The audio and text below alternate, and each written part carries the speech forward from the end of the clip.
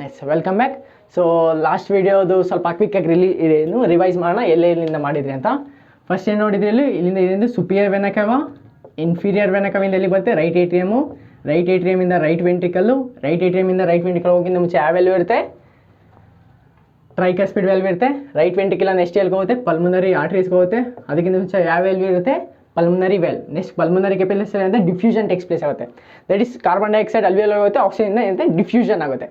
So ಏನಂತೆ oxygen capillaries ಬರುತ್ತೆ. Next ನಿಮ್ಗೆ ಪಲ್ಮನರಿ ಆರ್ಟರೀಸ್ ಎಲ್ಲಿ ಹೋಗುತ್ತೆ, ಪಲ್ಮನರಿ ವೇನ್ಸ್, ಪಲ್ಮನರಿ ವೇನ್ಸಿಂದ left atrium, left ventricle. Next ಯಾವ ವ್ಯಾಲ್ಯೂ ಇದು, ಲೆಫ್ಟ್ ಏಟ್ರಿಯಮ್ನ ಲೆಫ್ಟ್ ವೆಂಟ್ರಿಕಲ್ ಹೋಗ್ಬೇಕಂದ್ರೆ ಯಾವ ವ್ಯಾಲ್ಯೂ ಇರ್ತದೆ, ಅದು ಮೈಟ್ರಲ್ ವ್ಯಾಲ್.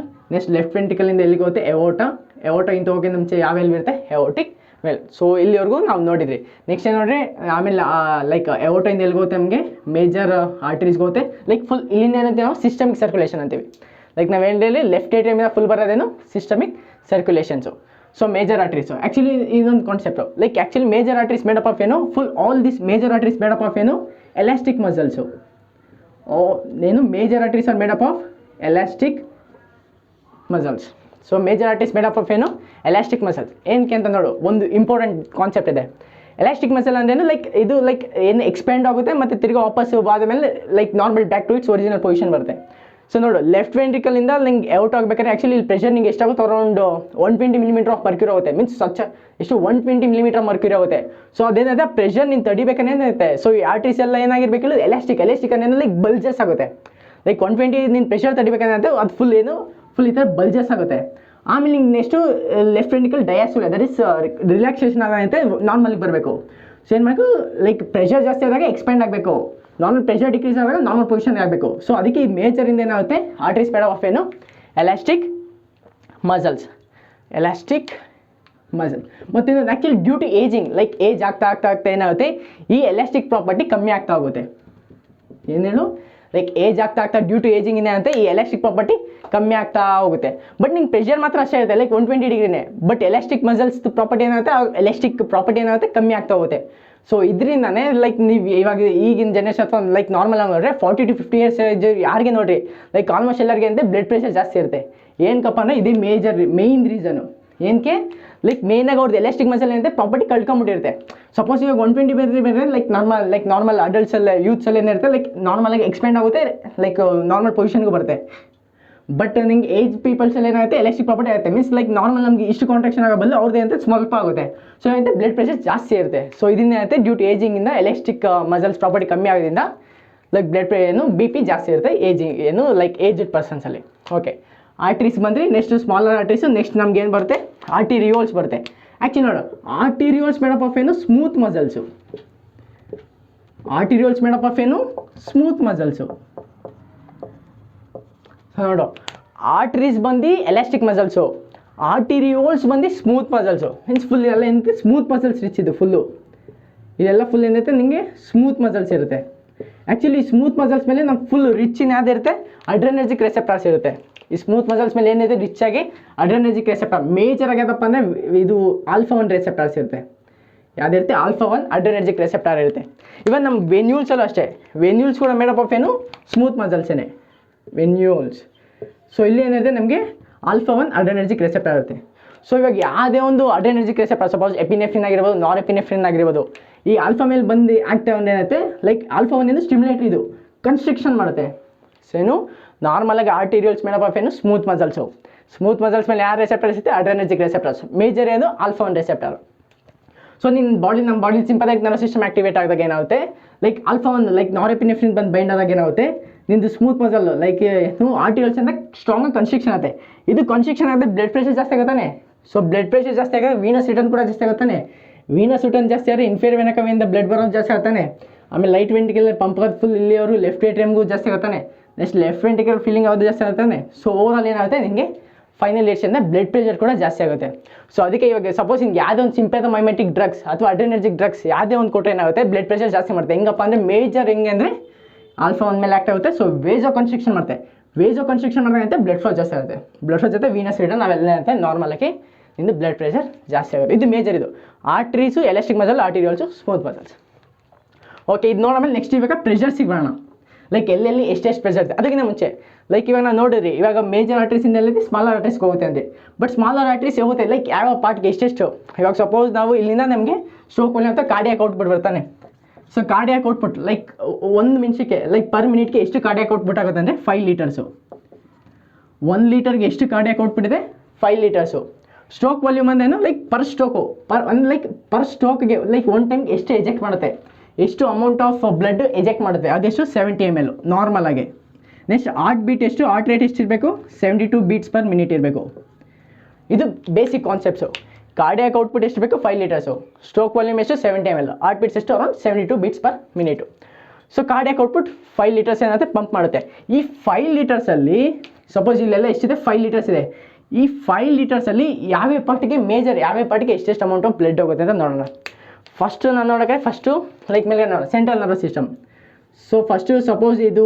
ನಮಗೆ ಸಪೋಸ್ ಇದು ಆರ್ಟ್ರೀಸ್ ಎಲ್ಲಿಗೆ ಹೋಗ್ಬೇಕು ಸೆಂಟ್ರಲ್ ನರ್ವಸ್ ಸಿಸ್ಟಮ್ಗೆ ಅರೌಂಡ್ ಇವಾಗ 5% ಇನ್ನು 5 ಲೀಟರ್ 100% ಅಂದ್ಕೊಂಡ್ರೆ ಔಟ್ ಆಫ್ 100%ಅಲ್ಲಿ ನಮಗೆ ಅರೌಂಡ್ 15% ಎಲ್ಲಿಗೆ ಹೋಗುತ್ತೆ ನಮಗೆ ಸೆಂಟ್ರಲ್ ನರ್ವಸ್ ಸಿಸ್ಟಮ್ಗೆ ಹೋಗುತ್ತೆ 5 ಲೀಟರ್ಸ್ 100% ಅಂದರೆ ಅರೌಂಡ್ 15 ಲೀಟರ್ಸ್ ನಮ್ಗೆ ಎಲ್ಲಿಗೆ ಹೋಗುತ್ತೆ ಸೆಂಟ್ರಲ್ ನರ್ವಸ್ ಸಿಸ್ಟಮ್ ನೆಕ್ಸ್ಟ್ ಹಂಗೆ ನೆಕ್ಸ್ಟ್ ಪಾರ್ಟು ಲೈಕ್ ಅದು ಲೈಕ್ G80 ತೊಗೊಳ್ಳೋಣ ಲೈಕ್ G80 ಅಂದರೆ full stomach like glands levers ಅವಕ್ಕೆಲ್ಲ ಸೊ ಅರೌಂಡ್ G80 ಫುಲ್ ಎಷ್ಟು ಪರ್ಸೆಂಟ್ ಹೋಗುತ್ತೆ ಅರೌಂಡ್ 25% ಬ್ಲಡ್ ಹೋಗುತ್ತೆ ಔಟ್ ಆಫ್ 5 ಲೀಟರ್ಸ್ ಅಥವಾ 100%ಅಲ್ಲಿ ಎಷ್ಟು ಹೋಗುತ್ತೆ 25% G80ಗೆ ಹೋಗುತ್ತೆ ನೆಕ್ಸ್ಟ್ ಕೊರೋನರಿ ಮೀನ್ಸ್ ಅಂದ್ರೇನು ಎವೋಟೋಯಿಂದ ತಿರ್ಗಿ ಆರ್ಟಿಗೆ ಬ್ಲಡ್ ಸಪ್ಲೈ ಸೊ ನೋಡಿ ಆಟು ಬೇರೆ ಆರ್ಗನ್ಸ್ ಎಲ್ಲ ಸಪ್ಲೈ ಮಾಡ್ತಿದೆ ಬಟ್ ಆರ್ಟಿಗೆ ಬ್ಲಡ್ ಕೂಡ ಬೇಕು ತಾನೆ ಸೊ ಆರ್ಟಿಗೆ ಮುಖಾಂತರ ಆರ್ಟಿಗೆ ಬ್ಲಡ್ ಹೋಗೋದು ಯಾವುದಪ್ಪ ಅಂತೂ ಟು ಕೊರೋನರಿ ಆರ್ಟ್ರೀಸ್ ಅರೌಂಡ್ ಇದು ಎಷ್ಟು ಅರೌಂಡ್ 5% ತೊಗೊಳ್ಳೋದು ಇದು ಔಟ್ ಆಫ್ 100% ಎಷ್ಟು 5%.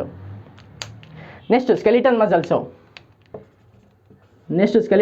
ಹೋಗ್ತಿದ್ರೆ ಸ್ಕೆಲಿಟನ್ ಮಸಲ್ಸ್ಗೆ ಎಷ್ಟು ಹೋಗುತ್ತೆ ಇದಕ್ಕೂ ಕೂಡ ಅರೌಂಡ್ ಸ್ಕೆಲಿಟನ್ ಮಸಲ್ಸ್ಗೂ ಅರೌಂಡ್ ಎಷ್ಟು 25% ಹೋಗುತ್ತೆ.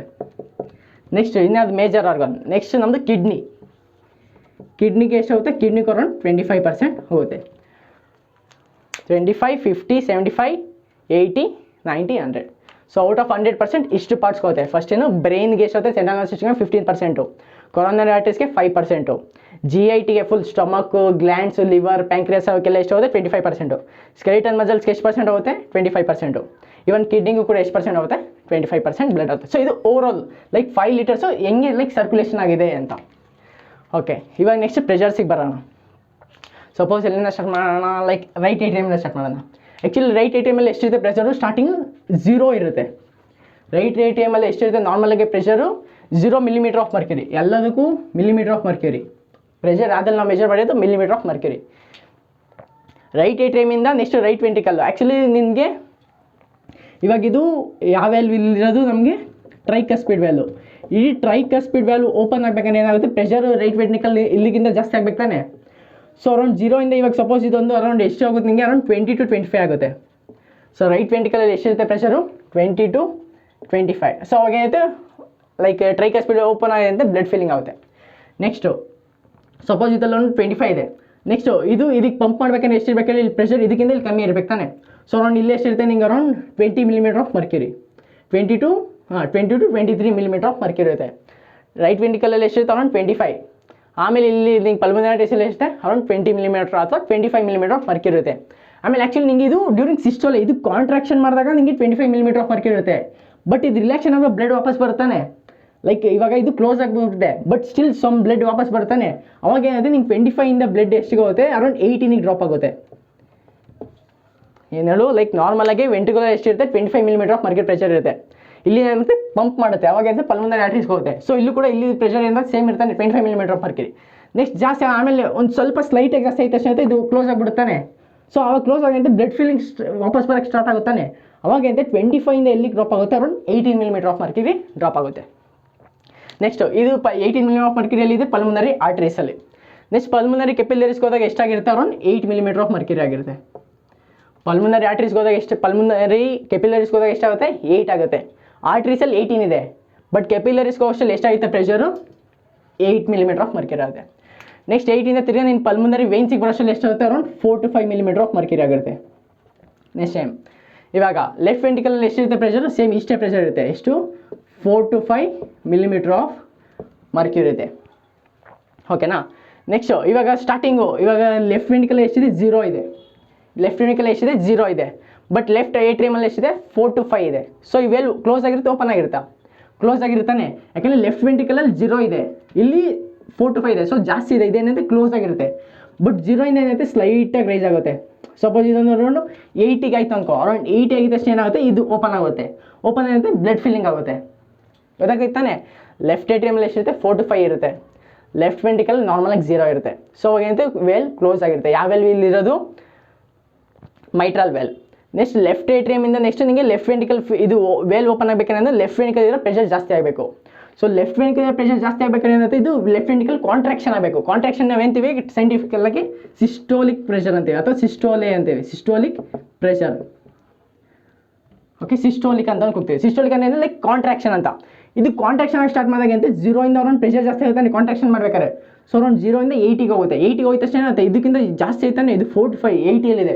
ಸಡನ್ ಏನಂತೆ ಇದು ವೆಲ್ ಓಪನ್ ಆಗುತ್ತೆ, ಅವಾಗ ಎಂತ ಬ್ಲಡ್ ಫಿಲ್ಲಿಂಗ್ ಆಗುತ್ತೆ. ನೆಕ್ಸ್ಟ್ ಏನಾಗುತ್ತೆ, ಆ್ಯಕ್ಚುಲಿ ನಿಂಗೆ ಇಲ್ಲಿ ನಾರ್ಮಲ್ ಪ್ರೆಷರ್ ಇರುತ್ತೆ 120 ಇರುತ್ತೆ ಇಲ್ಲಿ ಎವರ್ಟೋದಲ್ಲಿ. ಸೊ ನೋಡು ಇವಾಗ 80 ಇದೆ, ಇಲ್ಲಿ 120 ಇದೆ, ಈ ವೆಲ್ ಓಪನ್ ಆಗುತ್ತಾ? ಆಗಲ್ಲ. ಯಾಕೆ ಹೇಳು, ಎವರ್ಟೋದಲ್ಲಿ 120 ಇದೆ, ಬಟ್ ಲೆಫ್ಟ್ ವೆಂಟ್ರಿಕಲ್ ಸ್ಟಿಲ್ ಇನ್ನೂ 80 ಇದೆ. ಸೊ ಇದು ಓಪನ್ ಆಗಬೇಕಾದ್ರೆ ಒಂದು 120 ಬರಲೇಬೇಕು. ಸೊ ಅವಾಗ ಏನೈತೆ, ಇನ್ನೂ ಸ್ವಲ್ಪ ಸಿಸ್ಟಮ್ ಸ್ಟ್ರಾಂಗ್ ಕಾಂಟ್ರಾಕ್ಷನ್. ಇದು ಲೈಕ್ ಟೋಟಲ್ ಬರೋದು ನಿಮಗೆ 120ಗೆ, ಬಟ್ ನಿಂಗೆ ಅರೌಂಡ್ 40 50 80 ಇದ್ದ ತಕ್ಷಣ ಇದು ಓಪನ್ ಆಗಿಬಿಡುತ್ತೆ.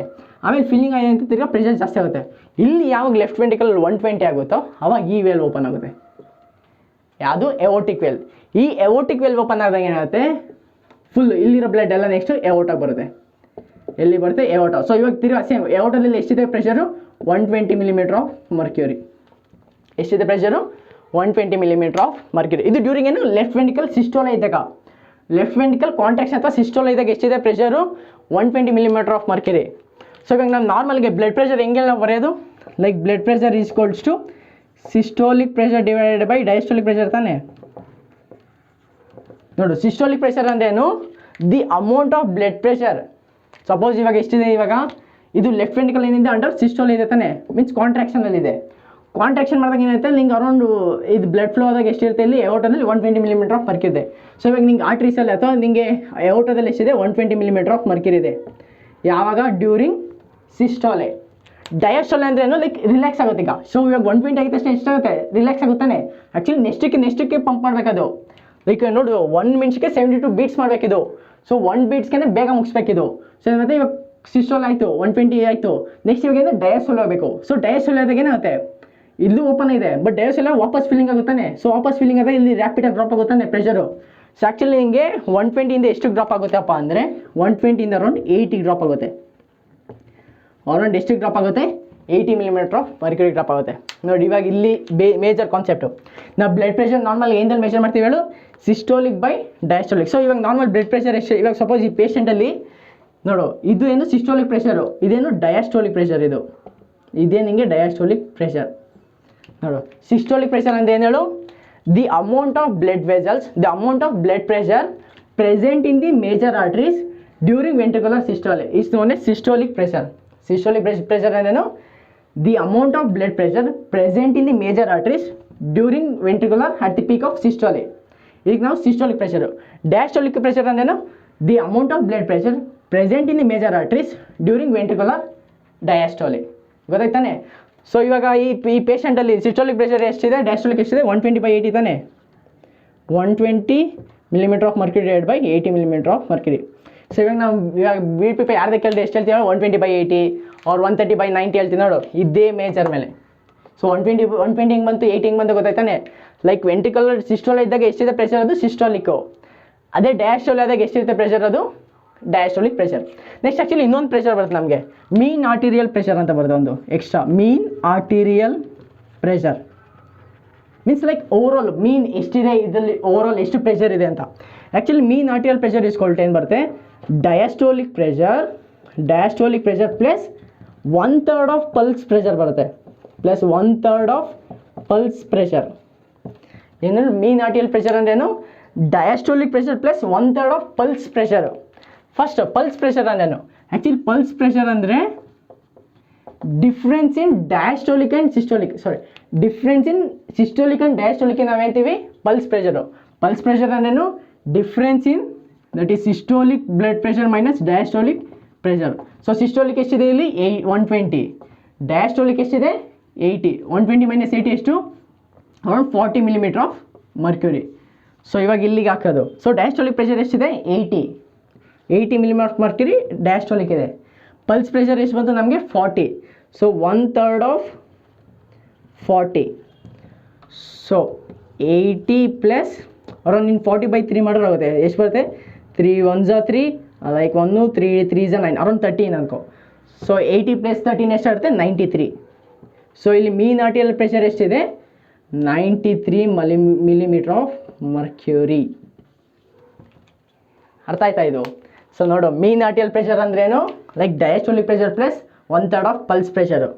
ಬಟ್ ಪಲ್ಸ್ ಪ್ರೆಷರ್ ಅಂದ್ರೇನು? ಪಲ್ಸ್ ಪ್ರೆಷರ್ ಅಂದರೆ difference in this pressure, difference in systolic pressure minus diastolic pressure ಏನು ಕೊಡ್ತೀನಿ? Pulse pressure. ಓಕೆನಾ? ಸೊ ಮೀನ್ ಆರ್ಟಿಯಲ್ ಪ್ರೆಷರ್ ಏನೇನು? Diastolic pressure plus 1/3, like 1/3 of pulse pressure. Diastolic pressure ಎಷ್ಟಿದೆ 80. 1/3 ಅಂದರೆ like 1/3 into pulse pressure ಎಷ್ಟು ಬರುತ್ತೆ ನಮಗೆ 40.